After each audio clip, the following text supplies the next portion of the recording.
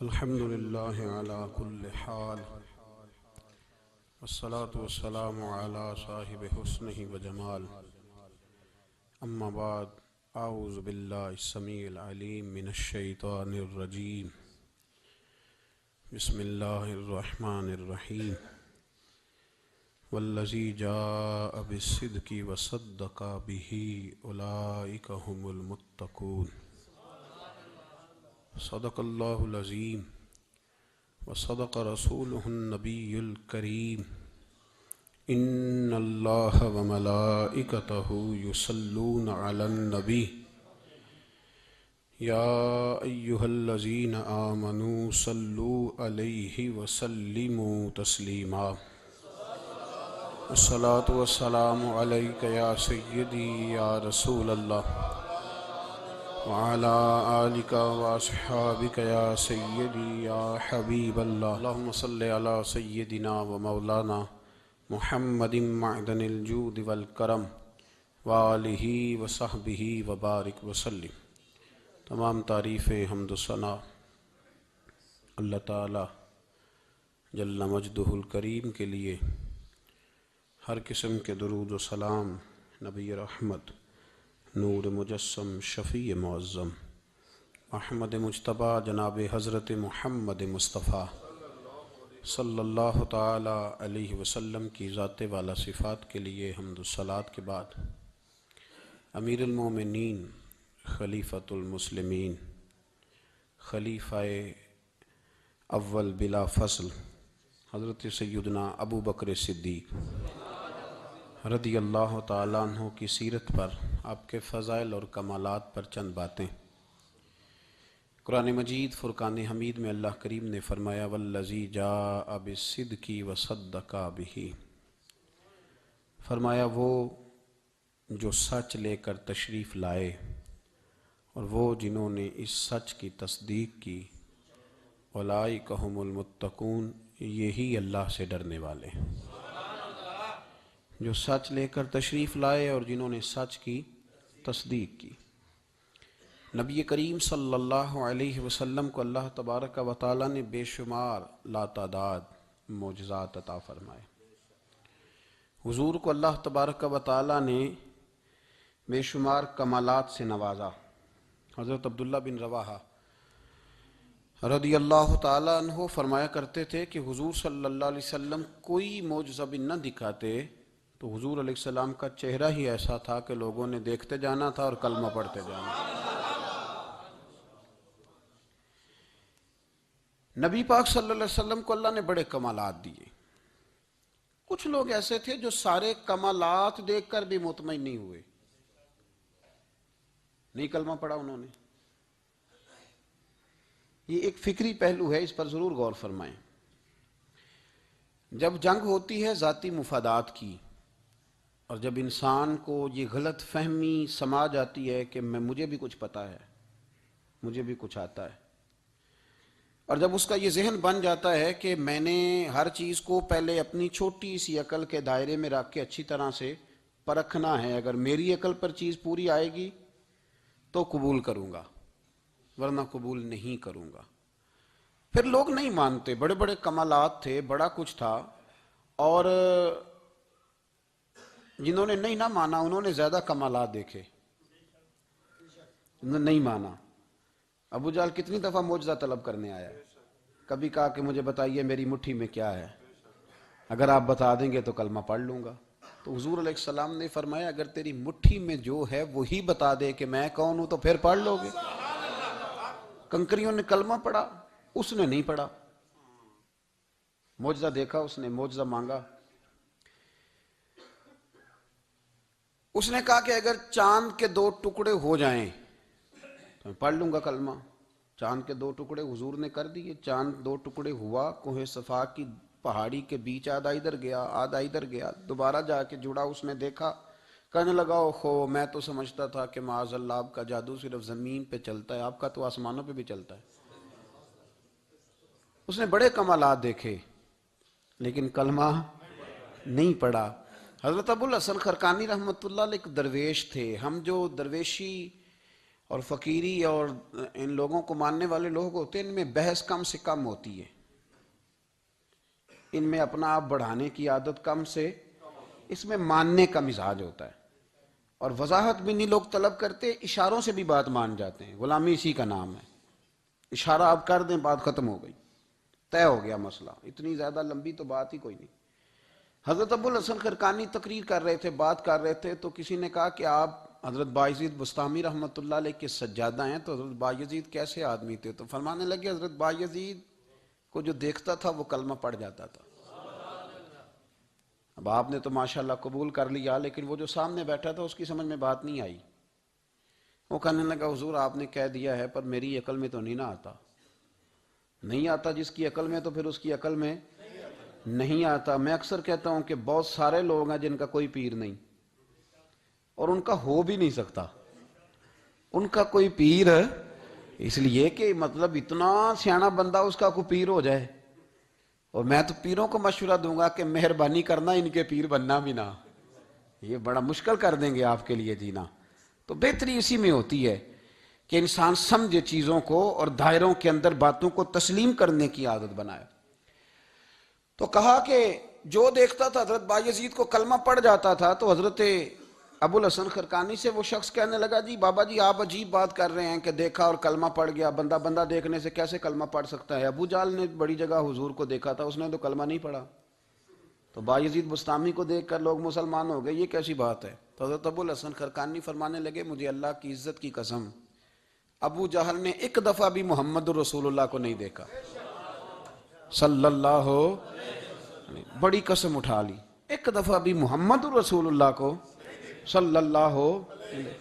تو وہ شخص کہنے لگا حضور وہ چچا تھے حضور کے، اور دیکھا انہوں نے ایک دفعہ نہیں 1000 دفعہ۔ فرمانے لگے میں سفید داڑھی سے بوڑھا آدمی مسند پہ بیٹھ کے قسم اٹھا رہا ہوں تو میری بات ہی نہیں سمجھ رہا، نہیں دیکھا ابو جہل نے محمد رسول اللہ صلی اللہ علیہ وسلم کو، نہیں دیکھا۔ تو کہا پھر کسے دیکھا؟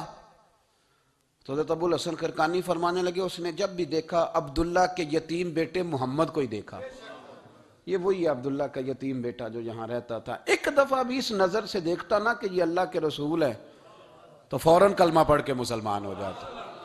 جب بھی لوگ دیکھتے ہیں وہ اینک کی بڑی شاندار لگائی ہوئی ہے جس کے اندر سے کوئی آدمی بھلا نظر ہی نہیں آتا، تو ان کو پھر بھلائی نصیب نہیں ہوتی۔ ایک نظر سے بھی اگر انسان دیکھتا ہے کہ جس سے اسے بھلائی چاہیے تو پھر اللہ اسے توفیق ہدایت عطا کر دیتا ہے۔ حضرت ابو بکر صدیق کا کمال یہ ہے کہ میرے نبی کریم علیہ السلام نے نا ان کی شان ایک الگ انداز میں بیان فرمائی، الگ انداز میں۔ محبوب فرمانے لگے میں نے جس کے سامنے بھی دین پیش کیا اس نے دلیل مانگی۔ ایک بات آپ کو بتاؤں، یہ میری بات یاد رکھنا، اس کو کبھی نہ بھلانا، جو اپنوں سے دلیل مانگتا ہے نا وہ اپنا ہوتا ہی نہیں،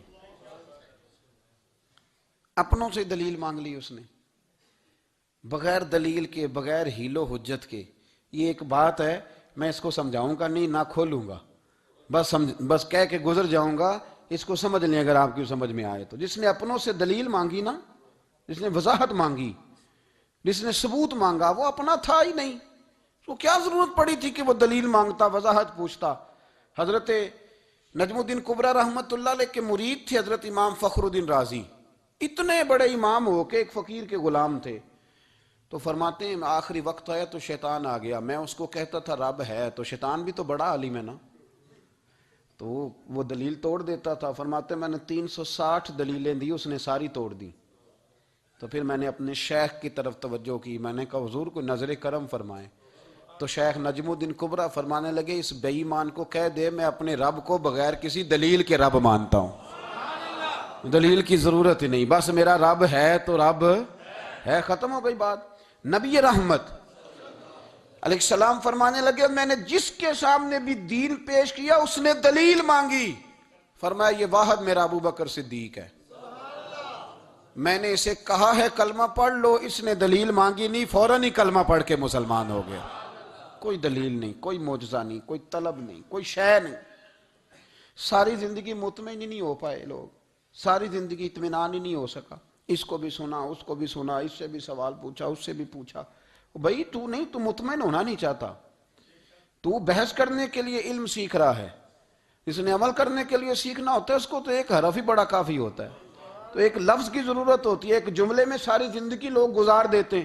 حضرت ابو بکر صدیق رضی اللہ تعالیٰ عنہ نے بحث والا دروازہ نہیں کھولا، حضور نے کہا کلمہ پڑھو تو انہوں نے کلمہ پڑھا اور مسلمان ہو گئے۔ کوئی دلیل، کوئی وضاحت کسی چیز کی کوئی حاجت، ختم ہو گئی بات۔ اصل مسئلہ پتہ کیا ہے، جو لوگ سوچ سمجھ کے چلتے ہیں نا، تو سوچ کتنی ہے انسان کی، وہ کتنا کام دے گی۔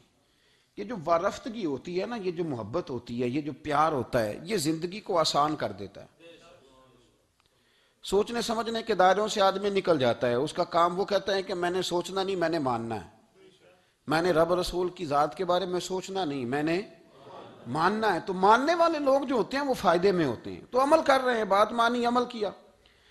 عقل کا بے شمار اور بے دریغ استعمال، اپنی چھوٹی عقل سے بڑے مسئلے حل کرنے کی کوشش کرنا، یہ انسان کو نقصان دیتا ہے۔ بہت ساری جگہوں پہ وہ الجھ جاتا ہے۔ ہر جگہ عقل استعمال کرنا، لیکن رب رسول کے معاملے میں نہ استعمال کرنا، ورنہ نقصان ہو۔ عقل چھوٹی ہے اور اللہ رسول کی ذات بڑی ہے، کبھی بھی اس دائرے میں بند کرنے کی کوشش نہ کرنا۔ جناب ابو بکر صدیق رضی اللہ تعالیٰ عنہ ہر معاملے میں ایک حدیث بخاری کی، شاید میں نے پہلے بھی عرض کی تھی، لیکن چونکہ وہ عنوان کے لحاظ سے ایک بہت بڑی دلیل ہے، دوبارہ عرض کرتا ہوں۔ نبی پاک علیہ السلام نے 1500 کے قریب صحابہ سے فرمایا تھا کہ چلو عمرہ کرنے چلیں۔ عمرہ کرنے جب ہم جاتے ہیں نا تو ہمارے گلے میں پھول بھی ڈالے جاتے ہیں، اور آپ کو پتہ ہے بتانا بھی پڑتا ہے لوگوں کو کہ میں عمرہ کرنے جا رہا ہوں۔ پھر روٹی بھی پکتی ہے، پھر سب رشتہ داروں کو پتہ بھی چل جاتا ہے، اور بندہ چلا جائے ایئرپورٹ تو احرام باندھا ہو نا تو پتہ چلے نا فلائٹ تو 24 گھنٹے لیٹ ہے، تو جن کو حکم ہے نا کہ تم نے سی بھی نہیں کرنی وہ بھی روڑے اٹھا لیتے ہیں۔ احرام باندھا ہوا ہے، حکم ہے کہ اب تم نے کوئی جھگڑا، کوئی لڑائی، کوئی فساد، تو ایئرپورٹ پہ لوگ روڑے اٹھا لیتے ہیں، کہتے ہیں ہم ایئرپورٹ بھی توڑیں گے اور فلائٹ کا جو عملہ ہے اس کا گریبان بھی پکڑیں گے، بڑا کچھ ہی دنیا کرتی ہے۔ اور اگر کسی کے پیر صاحب نے کہا ہو چلو عمرہ کریں، اللہ اکبر، اور پھر ایئرپورٹ پہ جا کے پتہ چلے کہ پیر صاحب کے ساتھ تو دھوکہ ہو گیا، بندہ غلط نکلا ہے، پیری مریدی قائم رہے گی؟ سوال ہی نہیں پیدا ہوتا۔ میرے ساتھ ایک سنگی نے ایک دفعہ بات کی، کہنے لگا جی پیر صاحب کامل نہیں۔ میں نے کہا کیا غلطی ان میں پائی جاتی ہے؟ کہتے میں انہوں نے پوچھ کے باہر دے پیسے جمع کرائے سن تو میرا کام نہیں بنیا۔ میں کہ تو پیر پڑھ لیا، تیرے تو کوئی نجومی پڑھنا چاہیے سی، وہ نجومی ہونا چاہیے تھا تیرے لیے، تاکہ وہ اچھی طرح غور کرتا ہے۔ جی آپ کو پتہ ہے نا اہل سنت میں کتابیں بھی نکلتی ہیں، کئی لوگ کہتے ہیں جی کوئی کتاب کٹ کے دسو، میں کیوں کسی لکھی نہیں تو کٹیے کی، تو وہ کون سی کتاب ہے جو آپ کہہ رہے ہیں نکالیں اور ذرا بتائیں کہ فلانا کام میرے لیے ٹھیک رہے گا کہ نہیں۔ ایک استخارہ ہے دین میں، اور استخارے کا بھی بابت معاملہ یہ ہے کہ آپ نے استخارہ کر لیا، اس کے بعد بھی آپ حتمی فیصلہ نہیں کریں گے۔ بزرگ کہتے ہیں کہ استخارہ کر کے بھی یہ کہو کہ جی میری سمجھ میں یہ آیا ہے، باقی حقیقتوں کا علم اللہ جانے، اللہ کا رسول جانے صلی اللہ علیہ وسلم، حقیقتوں وہی جانتے ہیں۔ تو الجھے نہیں زندگی میں۔ 1500 کے قریب صحابہ تھے، حضور نے فرمایا احرام باندھو بھائی، عمرہ کرنا ہے۔ حدیبیہ کے مقام پہ گئے تو قریش مکہ نے روک لیا، نہیں کرنے دیں گے۔ جب بات بہت آگے بڑھی تو پھر شرطیں لکھی گئیں، شرطیں بڑی سخت ہیں کہ جو مسلمان مکے سے مدینے آئے گا مدینے والے واپس کریں گے، اور اگر کوئی مسلمان مدینے سے مکے چلا گیا تو مکے والے واپس نہیں کریں گے، ہم ان کے لوگ دیں گے، وہ ہمارا بندہ دیں گے نہیں۔ یہ شرطیں تھی، صحابہ پریشان تھے۔ اب جب شرطیں طے ہو گئیں، شرطیں بھی سخت ہیں، نبی کریم علیہ السلام نے فرمایا بھی احرام کھول دو، فلائٹ کل نہیں جانی، پرسوں نہیں جانی، یعنی ہم اس سفر میں عمرہ کار ہی نہیں رہے، احرام کھول دو۔ تو امام زرقانی کہتے ہیں سب لوگ پریشان تھے، سب سے پہلے حضرت ابو بکر صدیق اٹھے، سب سے پہلے اٹھے، اٹھ کے احرام کھولا۔ ایک شخص نے کہا آپ کو بڑی جلدی ہے، تو آپ فرمانے لگے جلدی والی بات ہی کوئی نہیں، حضور کے کہنے پر باندھا تھا، نبی پاک کے کہنے پر کھول دیا ہے، ختم ہو گئی بات۔ حضور نے فرمایا باندھ لو تو ہم نے باندھ لیا، حضور نے کہا کھول دو تو ہم نے کھول دی، جلدی والی کیا بات ہوئی؟ صحیح بخاری کے لفظ ہیں، حضرت عمر کہتے ہیں کہ میری سمجھ میں بات نہیں آتی تھی، دب کے صلح کیوں کریں، ہم تو 313 تھے، تو ہم نے بدر میں ان کو بھگا دیا تھا، اب تو ہم 1500 ہیں، تو ہم ان سے قتال کریں گے، لڑائی کریں گے، جنگ ہوگی۔ حضرت عمر فاروق رضی اللہ تعالیٰ عنہ فرماتے ہیں حضور نے شرطیں طے کر لیں، بات لکھی گئی، میں نبی پاک کے حجرے میں داخل ہوا، خیمہ لگا ہوا تھا، میں نے جاتے ہی اپنے جذبہ جہاد کا اظہار کیا اور بڑے جلال میں، یا رسول اللہ آپ سچے رسول ہیں؟ بالکل سچا ہوں، قرآن سچا ہے، بالکل سچا ہے، اسلام سچا ہے، بالکل سچا ہے، حضور ہم دب کے صلح کیوں کریں؟ تو نبی کریم علیہ السلام نے فرمایا عمر تجھے تیری ماں روئے، میں اللہ کا رسول ہوں، میں وہی کہتا ہوں جو میرا رب مجھے حکم ارشاد فرماتا ہے۔ کہتے میں نے فوراً عرض کی یا رسول اللہ صلی اللہ علیہ وسلم آپ نے فرمایا نہیں تھا کہ عمرہ کریں گے؟ تو حضور نے فرمایا کہا تو عمرہ کریں گے، یہ تو نہیں کہا تھا کہ اسی سال ہی کریں گے، کریں گے تو کریں گے۔ جناب عمر کہتے میں واپس تو آ گیا، پر وہ میرے اندر جو جذبہ جہاد تھا ابھی ٹھنڈا نہیں ہوا۔ چند قدموں کے فاصلے پہ ابو بکر صدیق کا خیمہ تھا، کہتے میں ان کے خیمے میں جھک گیا، وہی سوال میں نے دہرائے، وہی میں نے کہا عمر ابو بکر یہ سچے رسول ہیں؟ کہا بالکل سچے ہیں، قرآن سچا ہے، سچا ہے، اسلام سچا ہے، سچا ہے، تو پھر ہم دب کے صلح کیوں کریں؟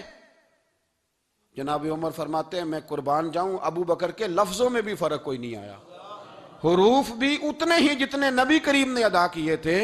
حضرت ابو بکر فرمانے لگے عمر تجھے تیری ماں روئے، وہ اللہ کے رسول ہیں، مرضی سے بات نہیں کرتے، وہی کہتے ہیں جو رب انہیں حکم ارشاد فرماتا ہے، بئی نہیں وہی لفظ۔ فرماتے میں نے فوراً کہا، میں نے کہا ابو بکر حضور نے فرمایا نہیں تھا کہ عمرہ کریں گے؟ تو کہتے ہیں وہی لفظ، وہی حرف، وہی انداز، وہی طریقہ، وہی سلیقہ، وہی انداز تکلم، بالکل حضور کی اتباع میں اسی انداز میں فرمانے لگے عمر حضور نے فرمایا تھا عمرہ کریں گے، یہ تو نہیں فرمایا تھا کہ اسی سال ہی کریں گے، کریں گے تو انشاءاللہ کریں گے۔ فرماتے ہیں میں واپس آ کے بیٹھا تو حضرت عمر کہتے ہیں جب میرا غصہ اترا نا تو پھر میرے اندر سے آواز آئی کہ عمر ذرا غور تو کر، تو ابو بکر کے ایمان تک کبھی نہیں پہنچ سکتا، اس تک تیری رسائی نہیں ہو سکتی۔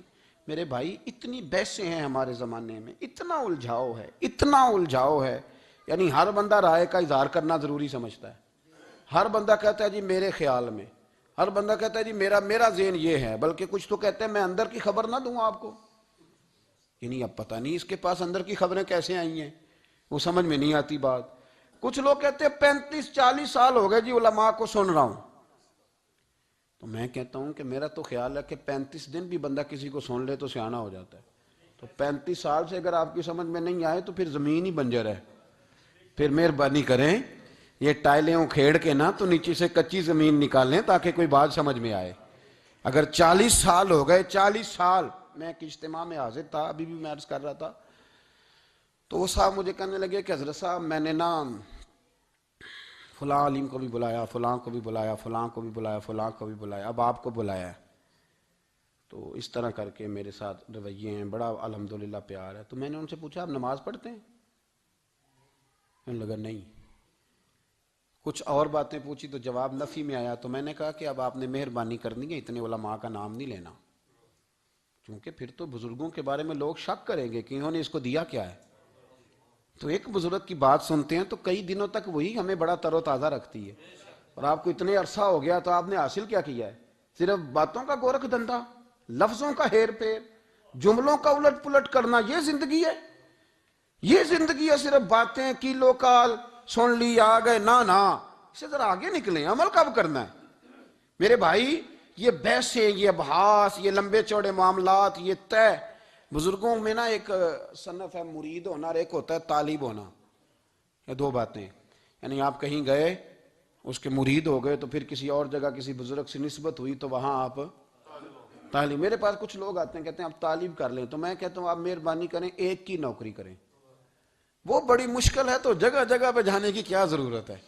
مطلب میں انکار نہیں کرتا کسی ایسی چیز کا جس کو بزرگوں نے رائج کیا، لیکن سمجھے نا، مطلب ایک کی بات پوری سنی نہیں گئی ہم سے، آپ خیر کی بات ہر جگہ سے سنیں، ہر جگہ سے، لیکن یہ صرف وہ تعلق بنانے کی کوشش کرنا کہ جس سے تھوڑا سا رابطہ بن جائے، جس سے تھوڑا سا تعلق بن جائے، جس سے تھوڑا سا نا پتہ چل جائے، اس سے نکلیں، سیکھنے کا ماحول بنائیں، اتنی عقل کے گھوڑے نہ دوڑائیں کہ عقل بھی بیچاری تھاکی جائے اور کوئی چیز ہاتھ بھی نہ آئے، کچھ کریں، عمل کریں۔ لیکن ایک جگہ پہ میں حاضر تھا تو وہاں دستار فضیلت کا جلسہ تھا، تو ایک مولانا نے تقریر کی، جس طرح تاجر کہہ لیتا ہے نا جی میں الحمدللہ اگر کمائی کرتا ہوں تو غریبوں کو بھی دیتا ہوں، سمجھا لیا نا اپنے آپ کو۔ رشوت لینے والے نے بھی ایک دلیل گاڑ لیا، وہ کہتا ہے میں امیروں سے نہیں، میں غریبوں سے نہیں لیتا، تو امیروں کا حساب لینے کی ڈیوٹی اللہ نے آپ کی لگائی ہے کہ آپ حساب کریں امیروں کا کہ وہ کیا کر رہے ہیں. یہ ہم نے نا یہ دلیلیں گھڑ لی ہیں, یہ ہم نے دلیل گھڑ لی ہے کہ وہی اپنے آپ کو مطمئن کرنے کے لیے. میں حاضر تھا تو ایک مولانا تقریر کی جی, عالم ساری رات. یہ صرف علماء کی بات نہیں, ہر طبقے نے اپنے بارے میں اس طرح کی چیزیں یاد کر لی ہیں, ہم نے رٹ لی ہیں. جیسے خامد نے یاد کر لیا ہے کہ کسی غیر کے لیے سجدہ جائز ہوتا تو اللہ عورت کو حکم دیتا, نبی پاک حکم دیتے کہ وہ خامد کو سجدہ کرے.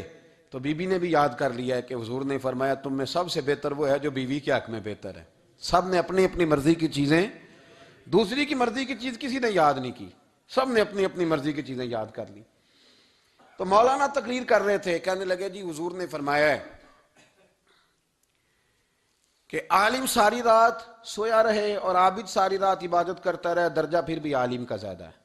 پھر دوسرے آئے, انہوں نے بھی اسی حدیث پہ بات کی. تیسرے آئے تو انہوں نے بھی اسی حدیث پہ بات کی. تو میرا نمبر آیا تو میں نے کہا جی یہ جو حدیث آپ سنا رہے ہیں نا, یہ حدیث بالکل ٹھیک ہے, بالکل ٹھیک ہے کہ عالم ساری رات عشاء پڑھ کے سوئے, فجر کے وقت اٹھ کے فجر پڑھے, اور عابد ساری رات نماز پڑھے تو درجہ پھر بھی عالم کا زیادہ ہے. بالکل ایسے ہی ہے, بلکہ ایک حدیث میں تو یہ ہے کہ 70 عابد بھی عبادت کریں اور عالم سویا رہے تو ان 70 سے سونے والے عالم کا درجہ.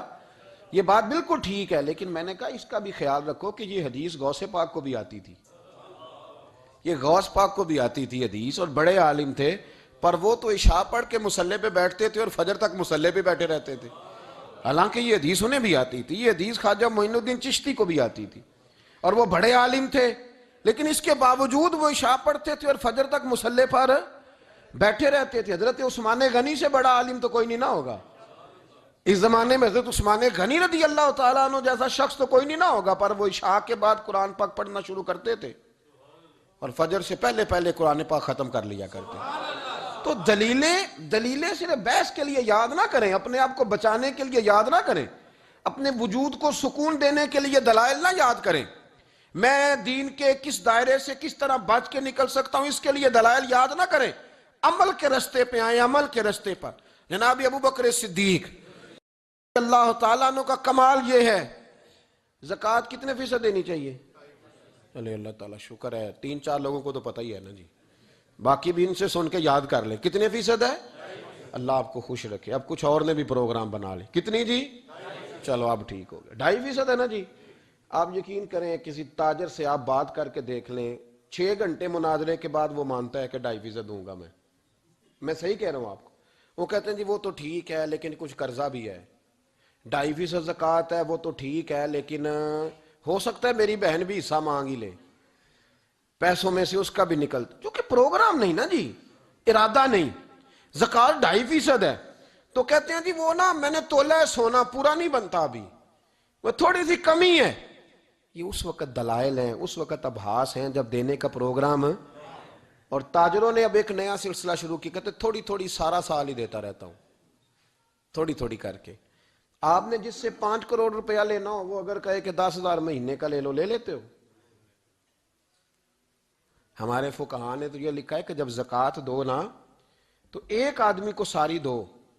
حضرت عمر بن عبدالعزیز رحمۃ اللہ علیہ کے زمانے میں ایک آدمی کو لوگوں نے زکوٰۃ دی تو اتنی دے دی کہ اگلے سال وہ خود زکوٰۃ دے رہا تھا, بہت بڑا کاروبار اس نے سٹارٹ کر لیا تھا. معیار نہیں ہے نا جی تھوڑی تھوڑی دیتا رہتا ہوں. کئی لوگ ایسا کرتے ہیں کہ دکان میں جو پرانی چیزیں ہوتی ہیں وہ زکوٰۃ کے دور پہ دینی شروع کر دیتے, جو مال نہیں بیک رہا اس کو زکوٰۃ بنا دو. کیوں؟ دینے کا پروگرام نہیں. حضرت ابو بکر صدیق رضی اللہ, ذرا زندگی دیکھو, کہتے ہیں جس دن کلمہ پڑھا 40,000 دینار تھے, اور کلمہ پڑھے ابھی مجھے چند مہینے گزرے تھے, سارے مصطفیٰ کے قدموں پہ قربان کر دیے. پھر مال کمایا, پھر 4,000 دینار تھے, 4,000. جس دن ہجرت کے لیے نکلا 4,000 تھے. انہیں بھی پتا تھا 2.5% دینا چاہیے, ان کی بھی بیٹیاں تھیں, جوان بھی تھی, چھوٹی بھی تھی, ان کے بھی بچے تھے, لیکن دین کو ضرورت ہے. میرے رسول پاک صلی اللہ علیہ وسلم کے دین کو حاجت ہے. تو فرماتے ہیں اشرفیاں تھی میرے گھر میں, پیسے تھے, درہم تھے, دینار تھے. میرے والد بوڑھے تھے, ان کو خیال تھا کہ ابو بکر ساری دولت نہ لے جائیں.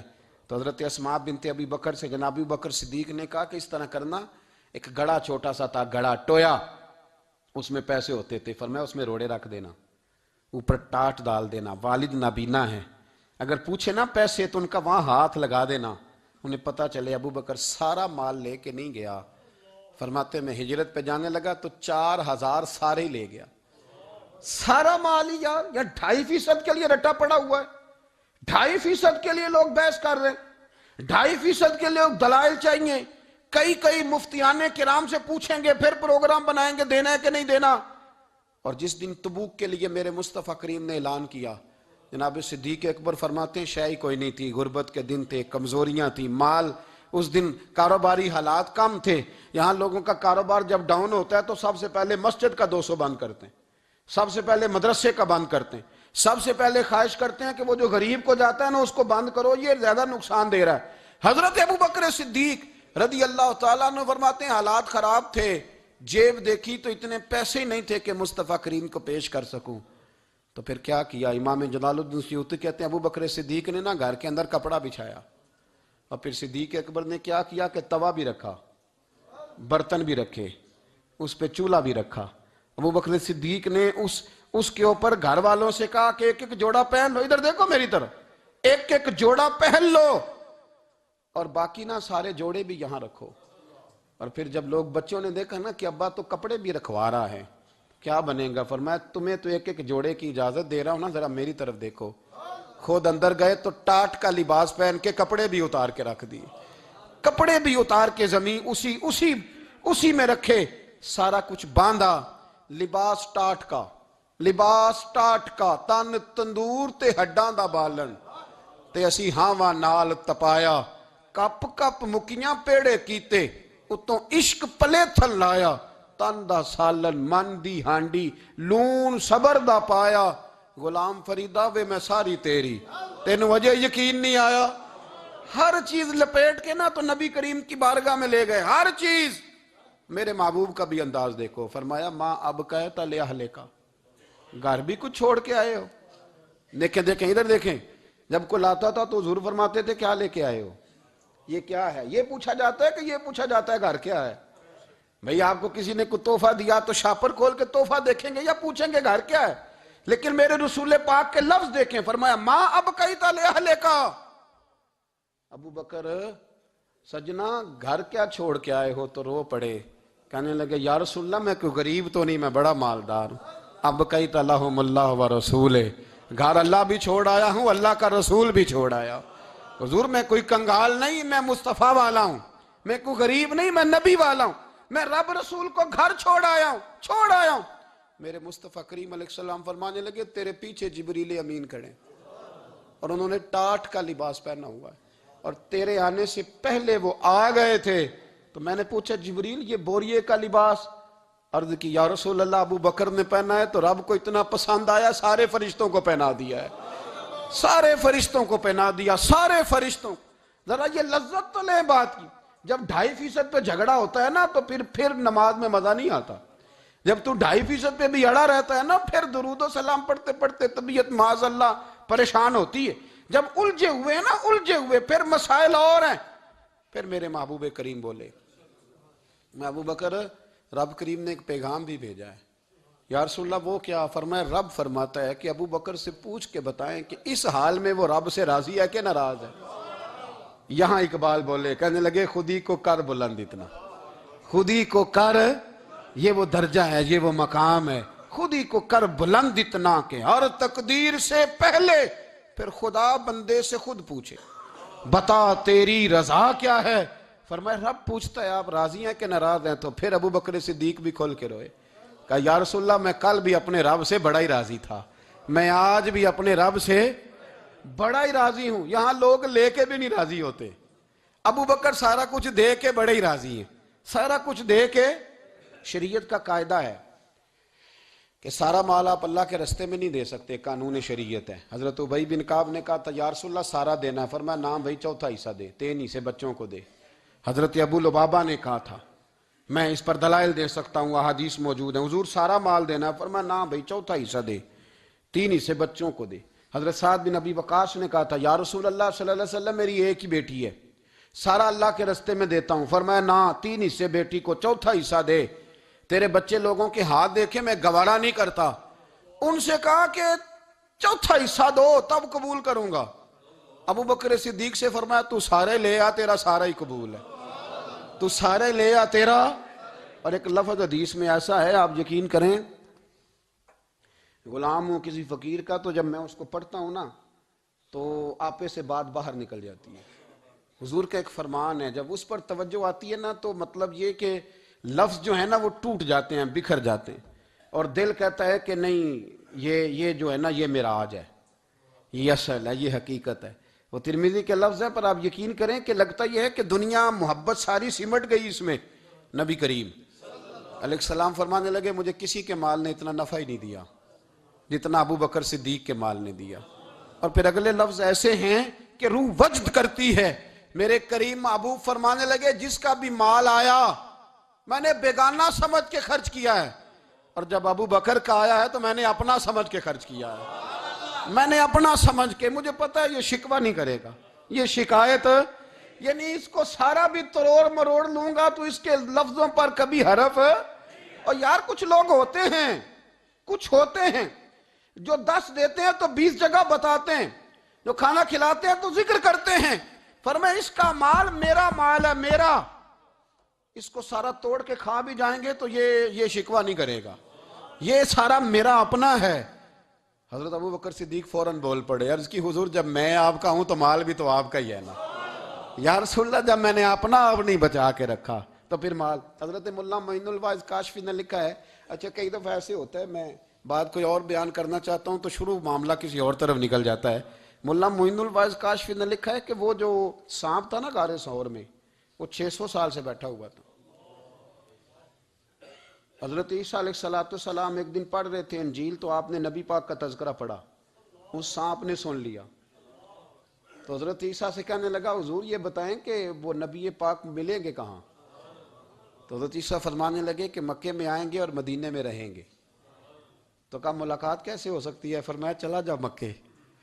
تو وہ سانپ 600 سال غار ثور میں، اور اس نے 70 جگہ پہ سوراخ کیے۔ کتنے سال بیٹھا رہا؟ بول کے بتائیے۔ آپ 6 گھنٹے بیٹھ کے دکھائیں، سوال ہی نہیں پیدا ہوتا۔ ہم بڑے کمزور ہو گئے، ہمارے لیے معاملہ بڑا اور طرح کا ہے، ہماری مرضی کا کوئی بات کرے تو ہم اس سے راضی ہیں، انتظار کرنا اور یہ سارے کام کرنا یہ تو بڑا مشکل معاملہ ہے، یہ تو بڑی عجیب سی کیفیت ہے۔ میرے صاحب رحمۃ اللہ تعالیٰ علیہ 2015 میں کراچی تشریف لائے، میں اپنے ایک سنگی کو لے کے پہنچ گیا، چھوٹا موٹا مولوی میں بھی ہوں۔ صبح میں 7 بجے کے 8 بجے ہم وہاں پہنچ گئے، حضرت آرام فرما رہے تھے، نمازیں انہوں نے اندر ادا فرمائی ساری، ظہر بھی ہوئی، پھر عصر بھی ہوئی، پھر مغرب بھی ہوئی، پھر عشاء بھی ہوئی۔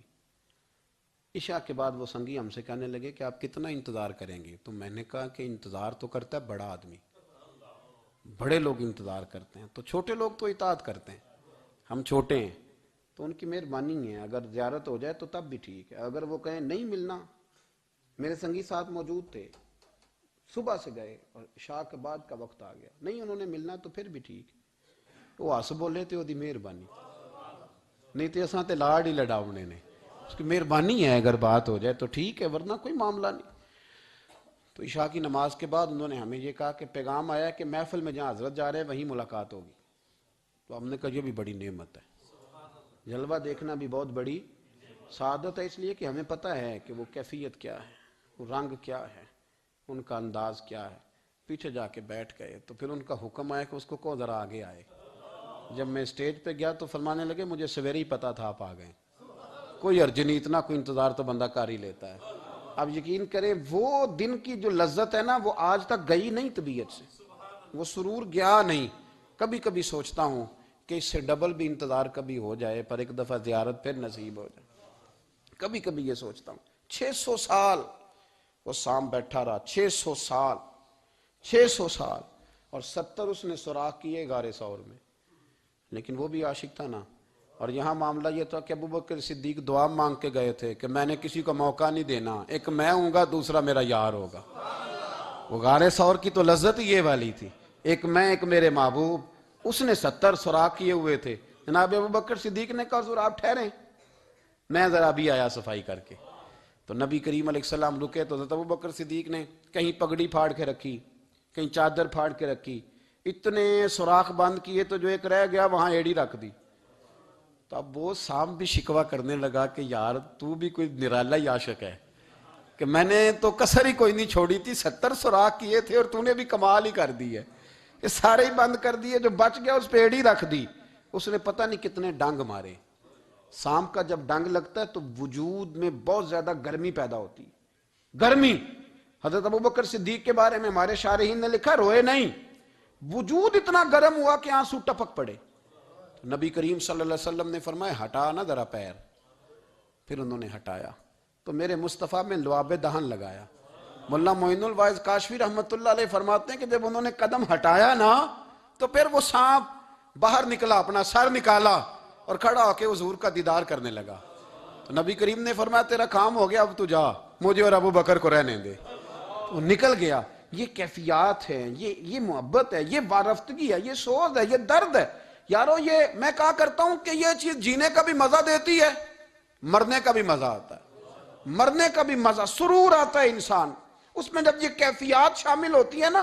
رنگ اور ہوتا ہے, درد اور ہوتا ہے, ذائقہ اور ہوتا ہے, کیفیت اور ہوتی ہے. پھر کوئی شوق نہیں رہتا اعلیٰ کپڑوں کا, بڑی گاڑی کا, لمبے چوڑے معاملات کا. پھر تو انسان ڈھونڈتا پھرتا ہے کوئی مجھے محبوب کی بات سنائے, کوئی اس کی شان میں کوئی شعر سنائے, کوئی اس کا ذکر سنائے, کوئی مل جائے نا کبھی کہ میرے تار چھیڑ دے, کوئی ملے, کوئی بات کرے, کوئی ذکر کرے. پھر انسان ڈھونڈتا پھرتا ہے ان لفظوں کو, ان لوگوں کو جو پکڑ کے دروازہ رسول صلی اللہ علیہ وسلم کی بارگاہ تک لے جائیں. بڑا پیار کیا میرے قریب محبوب. حضرت علی المرتضیٰ شیر خدا فرماتے میٹنگ بیٹھی تھی بدر والے دن, ہم بات کر رہے تھے خطرہ کہاں ہے, دلیر دلیل لوگوں کی ڈیوٹی کہاں لگائی جائے.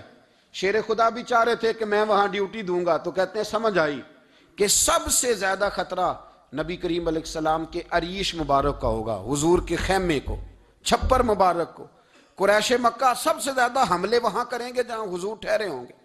طے ہو رہا تھا کس کی ڈیوٹی لگائیں, کس کو وہاں ذمہ داری سونپیں. کہتے ہیں ہم بات کر رہے تھے اور میں تیار تھا وہاں جانے کو, اچانک ابو بکر صدیق آ گئے. کیا باتیں ہو رہی ہیں؟ تو ہم نے کہا جناب ہم پروگرام بنا رہے ہیں کہ وہاں ڈیوٹی کس نے کرنی ہے. تو فرمانے لگے یہ کرنے والی بات ہی کوئی نہیں, میں نے تو عرض کر بھی دیا نبی پاک کی بارگاہ میں کہ یا رسول اللہ یہاں ڈیوٹی میں ہی کروں گا.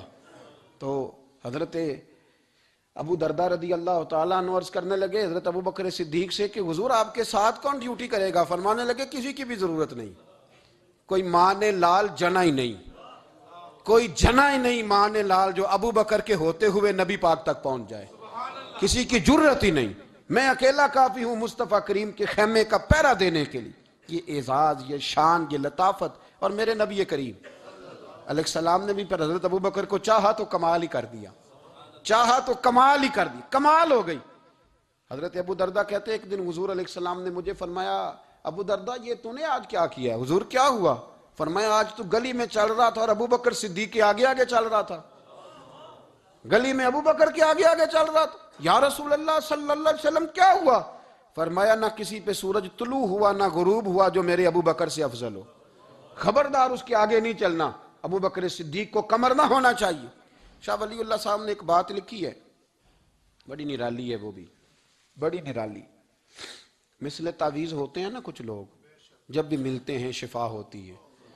بڑی شاندار عجیب بات لکھی ہے. حضور صلی اللہ علیہ وسلم نے ایک دن فرمایا کہ وقفے سے ملا کرو محبت بڑھتی ہے. یہ حضور کا فرمان ہے, وقفے سے ملا کرو محبت بڑھتی ہے. قدر کھو دیتا ہے نا ہر روز کا آنا جانا, اور بڑی دلچسپ ہوتی ہیں بے ترتیب ملاقاتیں. تو کہا کہ وقفے سے ملا کرو. حضرت ابو ہریرہ بھی تھے, دیگر لوگ بھی تھے, حضور نے فرما دیا. حضرت ابو بکر صدیق بھی سن رہے تھے. زور کی نماز پڑھی گھر چلے گئے, عصر پڑھی تو گھر چلے گئے, مغرب پڑھی تو گھر چلے گئے. حضرت انس بن مالک رضی اللہ تعالیٰ عنہ کہتے ہیں 3 دفعہ حضور نے پوچھا ابو بکر نہیں آئے, ابو بکر نہیں آئے, ابو بکر نے کہتے 3 دفعہ پوچھا. تو میں پھر پہنچ گیا, میں نے کہا ابو بکر 3 دفعہ حضور نے پوچھ لیا کہ ابو بکر نہیں آئے, ابو بکر نہیں آئے. تو جناب صدیق اکبر دوڑے, حضور حکم. فرمایا کہاں تھے صبح سے؟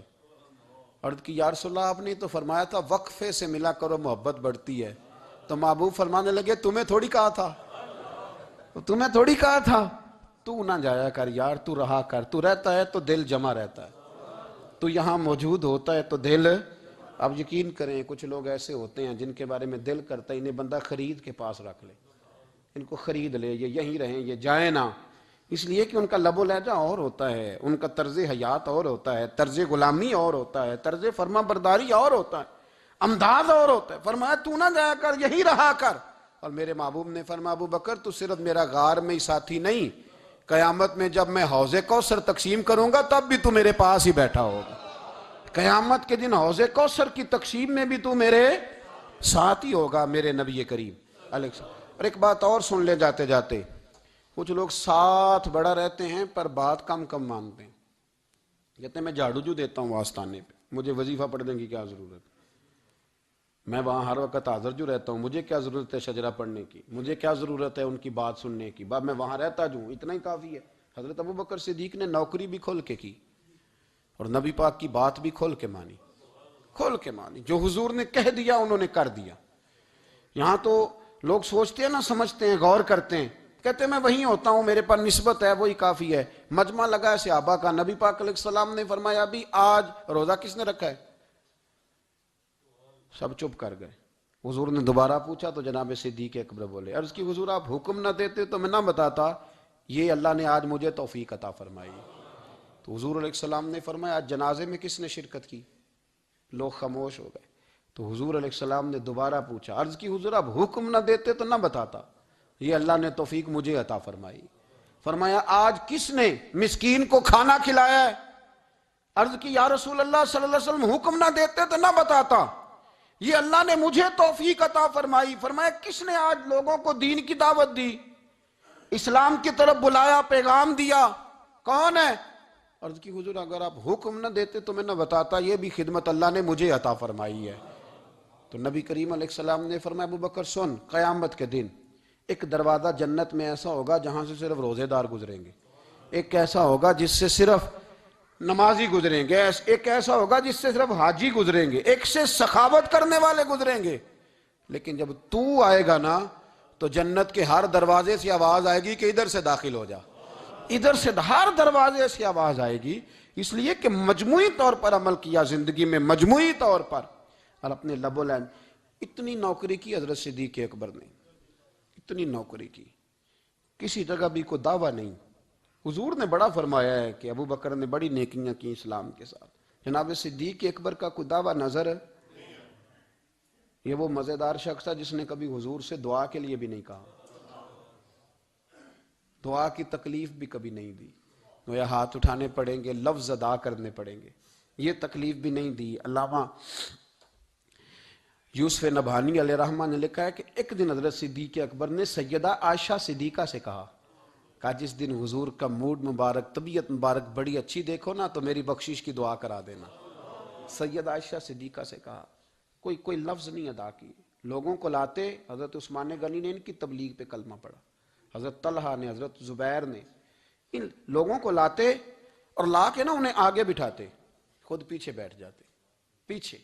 میرے بھائی دعا کے لیے بھی کبھی نہیں کہا، یہ وہ وفا ہے جس وفا کا دنیا میں کہیں بھی کوئی جواب موجود ہے۔ اپنے آپ کو مرتب کریں۔ ہم لوگ بڑی بے ترتیب زندگی گزارتے ہیں، بڑی بے ترتیب زندگی گزارتے ہیں، وہ ڈنگ ٹپاؤ پالیسی ہے کہ آج تھوڑا بہت کر لیں، اپنے آپ کو راضی کر لیں، جس طرح بچے کہتے ہیں کہ چلو آج کسی طریقے چھٹی کر لینا، آج کا دن تو گزرے، کل سکول کا ٹائم آئے گا تو دیکھی جائے گی۔ اس طرح نہ کریں، مرتب کریں اپنے آپ کو، اپنے آپ میں ترتیب دیں۔ ساری زندگی سامنے والے کی اخلاقیات ٹھیک کرتے اگر گزر جائے تو اپنا معاملہ رہ جاتا ہے۔ اچھی سوچ، اچھا رویہ، وفاداری والی زندگی۔ میں نے ایک جملہ کہا ہے، اگر آپ کی سمجھ میں آیا ہو، کہ اگر یہ عشق، یہ وارفتگی، یہ پیار، یہ وفا پیدا ہو تو جینے کا بھی مزہ آتا ہے اور مرنے کا بھی مزہ آتا ہے، پھر جینا مرنا بڑا لذت اور ذائقے والا ہو جاتا ہے۔ دعا ہے اللہ ہمیں ان کے فیض سے فیض یاب فرمائے۔ آخر دعوانا الحمدللہ۔